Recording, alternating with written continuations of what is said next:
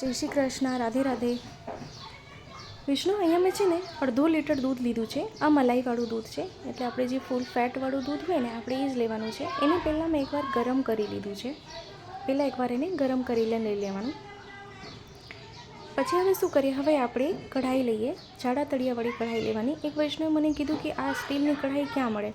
વૈષ્ણુ, મેં આ ડીમાર્ટમાંથી પરચેસ કરી છે. આપને ઓનલાઈન બી આપ જોશો તો ઓનલાઈન બી આપને મળી જશે. તો હવે શું કરીએ, પહેલાં આપણે વૈષ્ણવે મને કીધું હતું કે મીઠા માવાની સામગ્રી શેર કરું. તો ખૂબ સરળ છે મીઠો માવો. મીઠો માવો તો આપણી બધી સામગ્રીમાં યુઝ કરી શકાય. તો આ દૂધ ઘટ થઈ જાય પછી આપણે આમાં સાકરનો ઉપયોગ કરીએ. તો અહીંયા જે આ નાની કટોરી એટલે જો 1/2 લીટર દૂધ હોય તેમાં 50 ગ્રામ સાકર આપણે જોશે.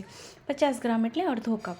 તો અહીંયા અડધો કપ સાકર અહીં મેં પધરાવી. દૂધ આવી રીતે ઘટ થઈ જાય ને, દૂધનું ટેક્સચર પહેલાં આપજો, ત્યારે પછી સાકર પધરાવવાની છે. દૂધ પતળું હોય ને એકદમ પાતળું ત્યારે જ નહીં પધરાવી દેવાનું, નહીં તો શું થશે કે એની ચાસણી થઈ જશે.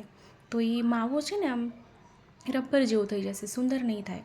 અને સાઈડમાંથી આવી રીતે સ્ક્રેપ કરતા જવાનું અને માવું એક્સેસ માવા જેટલા છે કાઢતું જવાનું. તો આપ ધીરે ધીરે જોશો તો એની કન્સિસ્ટન્સી જે છે આવી રીતે થીક થવા મળશે, આપણે બબલ્સ આવવા મળશે. પણ હા, ગેસની ફ્લેમ છે ને ધીમી જ રાખવાની, નહીં તો તરત આ દાજવા મળશે નીચેથી. તો અહીંયા ઘણું બધું થીક થઈ ગયું છે. હવે એમાં ખાસી વાર નહીં લાગે, ખાલી એમાં મોઇશ્ચર જે દૂધનો ભાગ છે ને એટલું જ આપણે એમાં બાળવાનું છે. તો આપ અહીં જોઈ શકો છો કે દૂધનો ભાગ આમાં ઓલમોસ્ટ બળી ગયો છે, એટલે આપણે આ મીઠો માવો સીધ થઈ ગયો છે. તો આપને અગર જો એમાંથી દૂધઘર કરવું હોય તો એને હજી થોડુંક બાળવાનું, તો એમાંથી દૂધઘર થઈ જશે, હજી થોડુંક ચલાવવાનું. પણ ખાલી માવો જ સીધ કરવો હોય તો બસ આટલા આ સ્ટેજ ઉપર આવીને ગેસને બંધ કરી દેવાનું. ને વૈષ્ણવ, આપ આ માવો છે ને 8 દિવસ ફ્રીજમાં સ્ટોર કરી શકો છો. તો માવો અહીં જો સુંદર ઠંડુ થઈ ગયું છે. હવે આપણે એને કટોરીમાં સાજી લઈએ. વિષ્ણુ, આપ આ માવામાંથી ઘણી બધી સામગ્રી સિદ્ધ કરી શકો છો અને મીઠો માવો બી સિદ્ધ કરીને આપ શ્રી પ્રભુને ભોગ ધરી શકો છો. તો મીઠો માવો ખૂબ સુંદર અને સરળ રીતે સિદ્ધ થઈ ગયો છે. તો આપ બી આ સિદ્ધ કરો અને મને કમેન્ટ બોક્સમાં કમેન્ટ કરીને જણાવો કે આ વિડીયો આપને કેવો લાગ્યો છે.